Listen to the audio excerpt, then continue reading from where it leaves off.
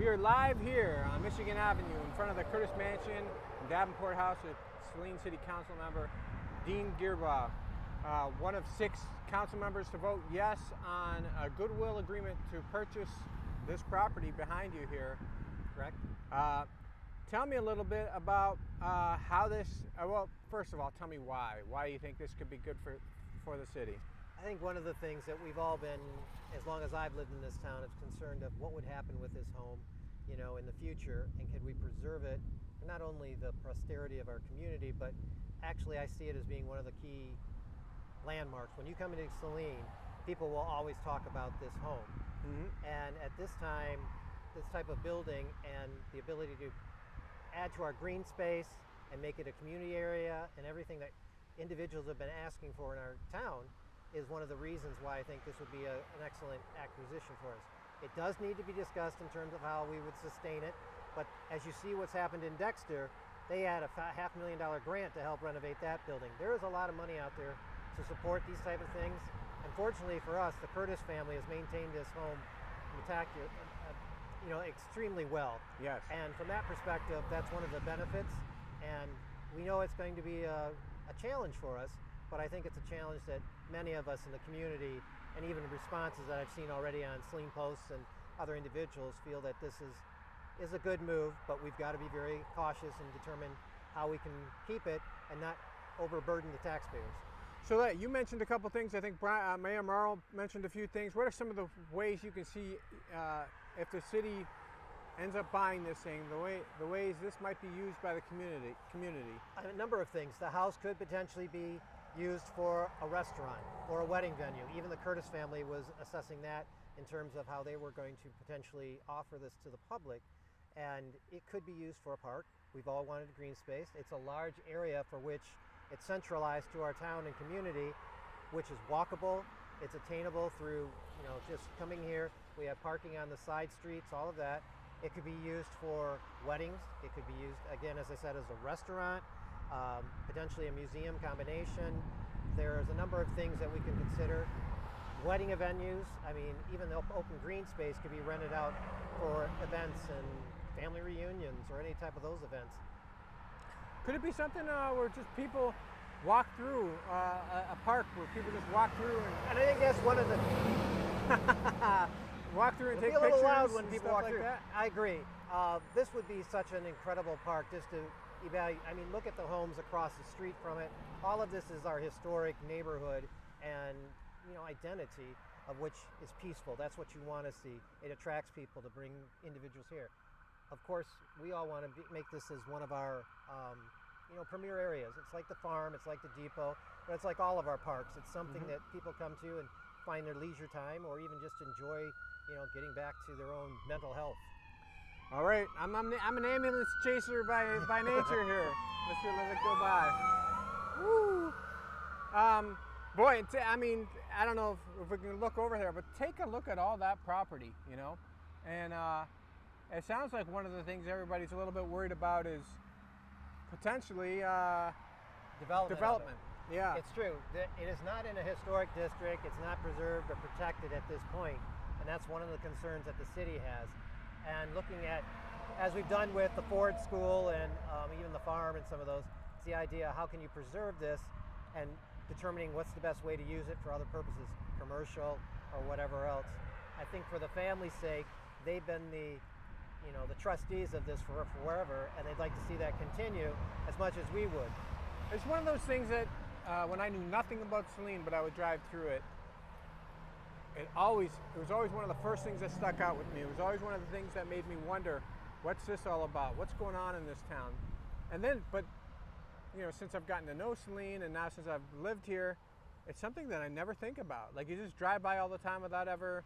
It's the thing that you look at is that somebody owned it and was always going to take care of it. Yeah. But as we know with everything, eventually things change. Yeah. And in this situation, that's what's happening. It's the issue of it's time to find a new trustee or whatever. And we would like to be one of those that kind of keeps it that way, because for us, I mean, you'll notice it. This house is recognized on the Historical Homes of America. You'll see it on nationwide posts and everything. That if we can develop that to make Saline an even more attractive community, it'll help generate business for the downtown. It'll generate it for all of our other businesses, and hopefully people want to move here because of that. How much might be a good time to invest in the Dairy Queen? Let me ask you this: how much did this thing? How much are you looking at for this thing? How much are you paying in this deal? The goodwill agreement to even kind of have the first dibs on it. We worked with them. They had a price. They were negotiating, and thankfully for El Cole, our acting city manager, and Chris Atkins, they were contacted first, and were able to really negotiate a price that is reasonable, considering this is an entire city block in downtown Saline. Yeah. The property could be developed for any type of situation, and yes, it could be significantly add to our tax base, but it's such a loss that it would impact our tax base from that perspective. But we could do things with it that will make it more beneficial for our community. Let me ask you, you've probably seen these comments too. You know, with the cost of the rec center and some of the other things that you guys are struggling to pay, you know, the wastewater treatment plant price continues to kind of go up. You got water issues, not issues, but water system issues that have to be taken care of down the road. How are you going to be able to afford something like this? Well, water and sewer are through utility fees, and those are designed to support that. Tax dollars will probably be used to support this initially, but my goal is to build a significant endowment for this and for our other museums, to hopefully at some point either trade it off to a nonprofit or to develop such a situation in which those funds are used to maintain these properties. It's not so much as a burden on the taxpayers as an income generator for our nation, for our city. But there are a number of people who have talked about this, that they want to see this preserved, and I think that similar to other things, these type of events raise money, this type of building. Yes, the rec center needs to resolve. I'm not denying that, and from my perspective, there is no solution to that except more revenue, and that needs to come through a dedicated millage. So you talked about the other two museums, the Wrenchler Museum, owned by the city, operated by the Historical Society. Same thing with the Depot Museum. But those things are kind of seem like they're on a very tight budget. They are. With volunteers doing a lot of the work and finding people to do the work for cheap. It seems like something like this is going to be a lot more expensive to manage. And that's what we're going to be looking at, is turning what would be the best way to situation scenario to set this up. It's not going to be the Historical Society. We'll support it, but it's not an operations or something of that nature. That's why we're taking the next 30 to 60 days to assess some of those aspects of it. But also, part of the purchase, as I said, is to determine how to preserve this and make sure that what happens here is in the best interest of our community and of the city. So El Cole listed off a whole bunch of things you guys are going to be looking at. You know, structural integrity of the buildings and all that kind of stuff. Environmental tests, I'm not sure why, but maybe there'd be a need for environmental. Well, those are just generally done by everyone. Luckily, this property hasn't changed hands really in 150 plus years. It hasn't been a gas station in the last... No, not we know of. But there could be some. I mean, there's drainage and things down here that we're aware of. The house, though, is in meticulous, as I said, condition.